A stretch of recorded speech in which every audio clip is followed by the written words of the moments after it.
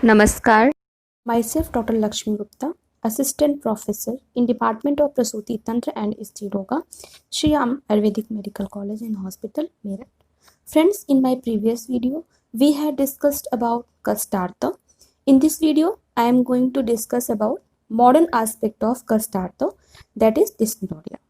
So let's start with definition. As per DC Datta, dysmenorrhea is painful menstruation of sufficient magnitude so as to incapacitate day-to-day activity. South says dysmenorrhea means painful cramping pain accompanying menstruation. Rao says dysmenorrhea refers to the chronic cyclic pain or discomfort in the pelvic region during a menstrual period. As per Jeff Cord, dysmenorrhea means difficult menstruation. Types. There are two types of dysmenorrhea. First is primary dysmenorrhea and second one is secondary dysmenorrhea.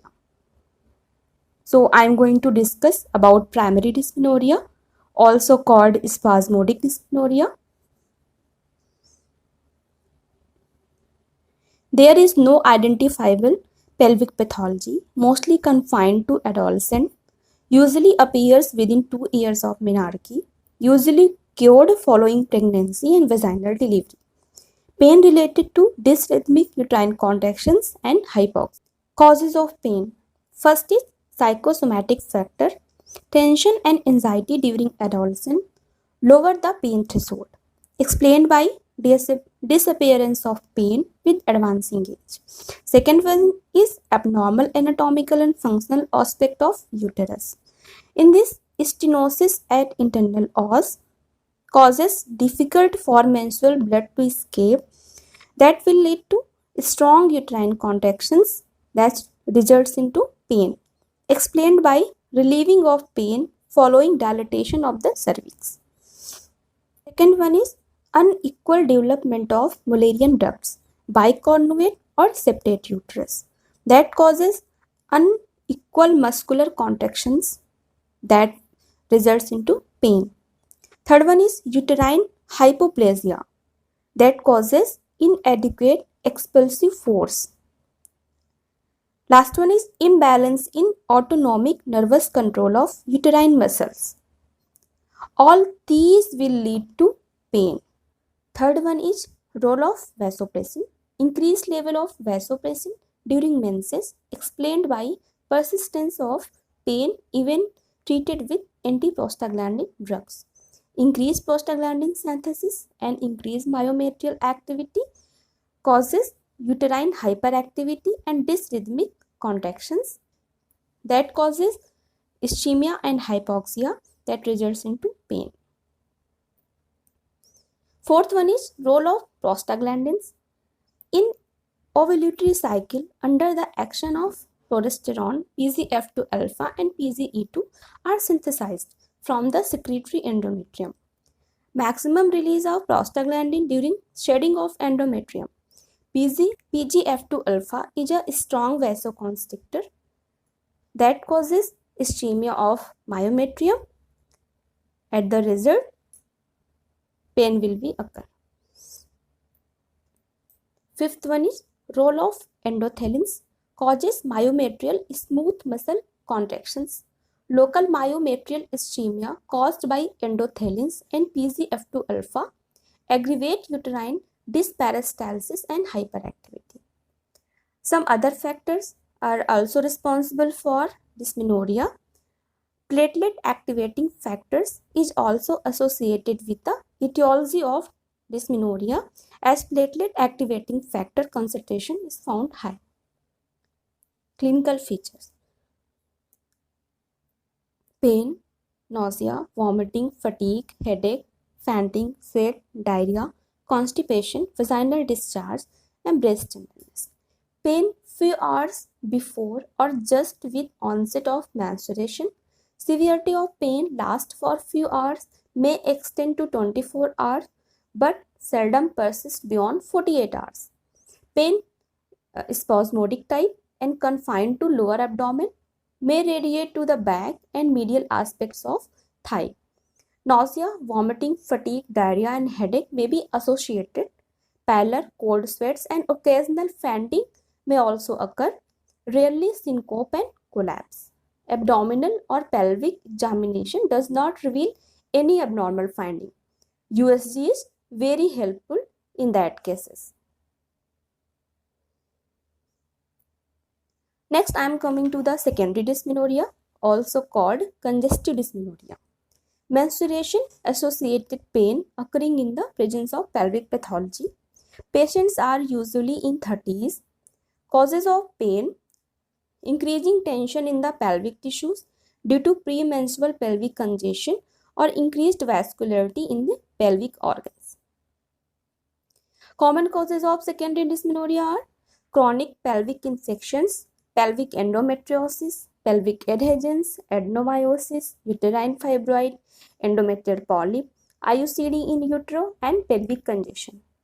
Pain is dull, situated in the back and in front without any radiation, usually appears 3 to 5 days prior to the period and relieves with start of bleeding. Onset and duration of pain depends on the pathology.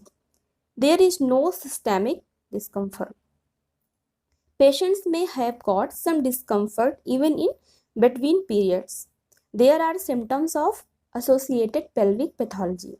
Abdominal and vaginal examination usually reveal the offending lesions. So there are many other types of dysmenorrhea which causes unilateral pain. One of them is ovarian dysmenorrhea. The pain usually appears 2 to 3 days before menstruation. Pain is continuous and dull, is distributed to either one or both quadrant innervated by T10 to L1 segment. The pain is ascribed to ovarian nerve degeneration or sclerosistic condition of the ovary. Another one is membranous dysmenorrhea. It is a variety of primary dysmenorrhea, but it is rare. There is shedding of big endometrial casts during period. It is not relieved even following pregnancy and vaginal delivery. It is probably due to deficiency in the tryptic ferment normally secreted in the endometrium. The treatment is the same as primary dysmenorrhea. Another one is right ovarian vein syndrome. Right ovarian vein crosses the ureter at right angle. During premenstrual period, due to pelvic congestion or increased blood flow, there may be marked engorgement in the vein. So pressure on the ureter causes stasis, infection, pyelonephritis, and at the end results into pain. Another one is Mittelsmere syndrome, also called ovular pain, appears in mid-menstrual cycle. Pain usually situated in the hypogastrium or in one iliac fossa. Nausea or vomiting is absent, rarely lasts more than 12 hours, may be associated with slight vaginal bleeding or excessive mucoid vaginal discharge. Causes: exact cause is unknown. Probable factors are increased tension of Graafian follicle just prior to rupture, peritoneal irritation by the follicular fluid following ovulation, contractions of tubes and uterus. Then I am coming to the treatment part. First, treatment of primary dysmenorrhea. First of all, we will give assurance, analgesics and antiseptic drugs to empty the bowel, encourage normal activities. If all these measures fail, so if patient has no contraindication of prostaglandin synthetase inhibitor and presence of contraindication of pills, and if patient wanting pregnancy, then we can use prostaglandin synthetase inhibitor drugs. And if patient has no contraindication of OCPs, wanting contraception, and presence of contraindication of prostaglandin synthetase inhibitors, then we can use OCPs. Prostaglandin synthetase inhibitor and OCPs pill can be used 3 to 6 cycles. If both measures fail, then do USG and laparoscopy to exclude pelvic pathology. Prostaglandin synthetase inhibitors decreases prostaglandin synthesis by inhibition of COX enzyme. Direct analgesic effect of PSI. Non-selective COX inhibitor, traditional NSAIDs. Phenamate group. Mefenamic acid 250 to 500 mg 8 hourly. Propionic acid derivative ibuprofen 400 mg 8 hourly. Naproxen 250 mg 8 hourly and endomethacin 25 mg 6 hourly can be used. Use of OCPs, dihydrogesterone. It does not inhibit ovulation but probably interferes with ovarian steroidogenesis. 5 to 10 mg OD for 20 days. Start from 5th day of periods. Then dilatation can be done. Presacral neurectomy, cut down the sensory pathway from the uterus. For secondary dysmenorrhea, treatment of cause rather than symptom. In ovarian dysmenorrhea, in obstinate cases, division of the infundibulopelvic ligament carrying ovarian sympathetic nerve is prescribed. In Mittelschmer syndrome, treatment is effective with assurance and analgesics. In obstinate cases, the cure is making the cycle and Eveler. So this is the brief of dysmenorrhea. Thank you.